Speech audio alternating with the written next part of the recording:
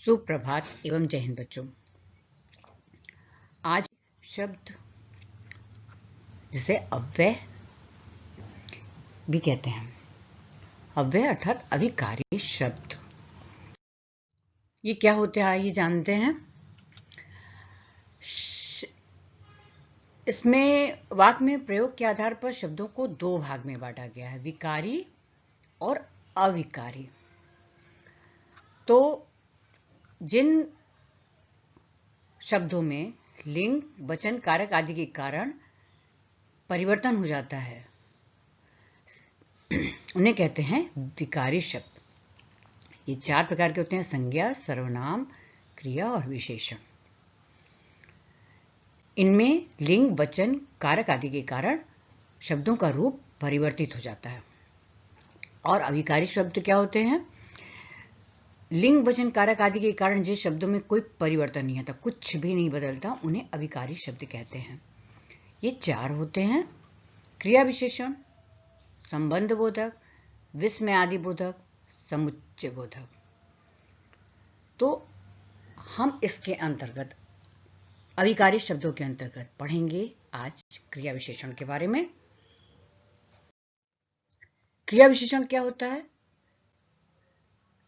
संज्ञा या सर्वनाम की विशेषता बताने वाले शब्द को विशेषण कहते हैं। और कुछ शब्द ऐसे होते हैं जो क्रियाओं की विशेषता बताते हैं, क्रिया किस प्रकार से हो रही ये बताते हैं, और ये क्रियाओं से पहले लगते हैं, क्रिया विशेषण कहलाते हैं। जैसे धीरे धीरे बोला करो, बोलना क्रिया है, कैसे बोले? धीरे धीरे। जैसे शेर बहुत जोर से दहाड़ता है, दहाड़ना क्रिया है, और क्रिया से पहले जो उसकी विशेषता बताने वाले शब्द है जोर से, ये हुआ आपका क्रिया विशेषण। कल दिन भर ओले पड़ते रहे, ओला पड़ना जो है क्रिया हुई, और दिन भर ओले पड़ते रहे ये क्रिया विशेषण। दादाजी अंदर बैठे हैं, बैठना क्रिया है, और कहाँ बैठे हैं स्थान के बारे में बता रहा है, ये अंदर, तो ये हुआ आपका क्रिया विशेषण। तुम अभी मेरे साथ आओ, इसमें भी अभी शब्द क्रिया विशेषण के अंतर्गत आएगा। तो जो शब्द क्रिया की विशेषता प्रकट करते हैं उन्हें क्रिया विशेषण कहा जाता है। आपने देखा ये कितने भेद होते हैं इसके। कुछ क्रियाएं होती हैं जो रीति के आधार पर होती हैं, कुछ समय के स्थान के आधार पर, कुछ स्थान के आधार पर, और कुछ परिमाण के आधार पर। तो इस प्रकार से हम लोग क्रिया विशेषण को चार भागों में बांट सकते हैं। कालवाचक, जो समय के बारे में बताते हो, कब हो रहा है कार्य, दिन में, रात में, किस काल में। स्थानवाचक, कहाँ हो रहा है, भीतर, बाहर, किस स्थान पर। परिमाणवाचक, किस मात्रा में हो रहा है। और रीतिवाचक, रीति माने होता है तरीका, रीतिवाचक तरीका। अर्थात क्रिया विशेषण के चार भाग: कालवाचक, स्थानवाचक, परिमाणवाचक और रीतिवाचक।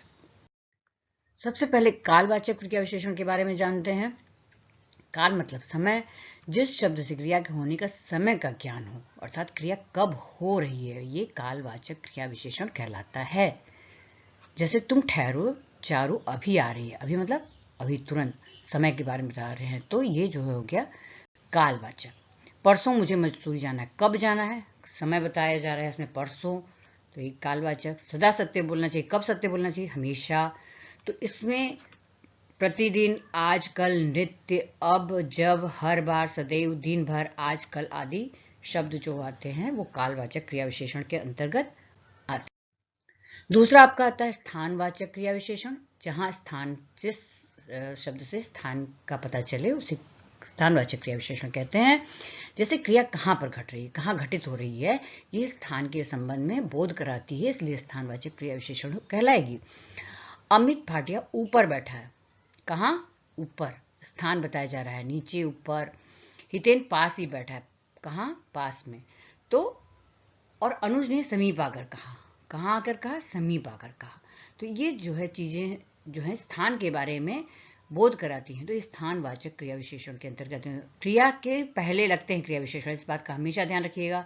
बैठना क्रिया है, उसके पहले लगा है ऊपर, और कहना क्रिया है तो समीप आकर कहा, इसी तरह से यहाँ, कहाँ, वहाँ, बाहर, अंदर, दूर, अन्यत्र, इधर, उधर, इस ओर, दाएं, बाएं, किधर, जिधर, नीचे आदि शब्द जो है स्थानवाचक क्रिया विशेषण के अंतर्गत आएंगे। इसके पश्चात तीसरा आता है परिमाणवाचक क्रिया विशेषण। जो शब्द क्रिया के परिमाण अथवा नाप तौल का बोध कराते हैं, जिससे वस्तु की मात्रा को निश्चित करता है, जो उसे कहते हैं परिमाणवाचक क्रिया विशेषण। परिमाण माने होता ही है, आप जानते हैं, नाप तौल। तो छोटे बच्चे बहुत रोते हैं, बहुत ज्यादा। कितना रोते हैं? बहुत ज्यादा खाना परिमाण है। देखिए, ज्यादा खाना सेहत के लिए ठीक नहीं है। खाना क्या है? क्रिया है, ज्यादा नहीं खाना चाहिए। तो ये आपकी आ गई परिमाणवाचक क्रिया विशेषण के अंतर्गत। राहुल बिल्कुल लापरवाह है। कैसा है? कितना बेपरवाह है? बिल्कुल। अन्य परिमाणवाचक क्रिया विशेषण कम, अल्प, थोड़ा, तनिक, न्यून माने भी कम, कुछ अधिक, पर्याप्त, काफी, खूब, अत्यंत, केवल, इतना, उतना आदि शब्द भी परिमाणवाचक क्रिया विशेषण के अंतर्गत ही माने जाएंगे। इसके पश्चात आता है चौथे नंबर पर रीतिवाचक क्रिया विशेषण। रीति का मतलब होता है तरीका, कार्य करने का। तो क्रिया विशेषण, जिन क्रिया विशेषणों के द्वारा क्रिया की रीति, ढंग या तरीके का बोध होता है, उसे कहते हैं क्रिया विशेषण रीतिवाचक। इसमें पता चलता है क्रिया किस प्रकार से घटित हो रही है। तुम धीरे धीरे चला करो। कैसे चलो? धीरे धीरे। तो यहां पर चलना क्रिया है, और क्रिया के पहले जो शब्द लगा है ये क्रिया की विशेषता बताता है। धीरे चलो, गाड़ी तेज दौड़ती है, चीता तेज दौड़ता है। तो ये तेज, धीरे, शुक्ला जी क्रोध से बोले। कैसे बोले? क्रोध से। तो ये सारे शब्द आपके आ गए क्रिया विशेषण के अंतर्गत रीतिवाचक क्रिया विशेषण। कुछ रीतिवाचक क्रिया विशेषण ऐसे, वैसे, जैसे, कैसे, जोर से, तीव्र, झटपट, धड़ाधड़, अचानक, एकाएक, सुखपूर्वक आदि भी इसी रीतिवाचक के अंतर्गत आएगा। इसमें कुछ हैं किस अर्थ में प्रयोग किए जाते हैं। देखिए, प्रकार जैसे तैसे, आप, भी आप, शीघ्रता से, ध्यान से, अचानक आदि। निश्चय मतलब वास्तव में, निस्संदेह, बेशक, अवश्य, ठीक, सचमुच आदि।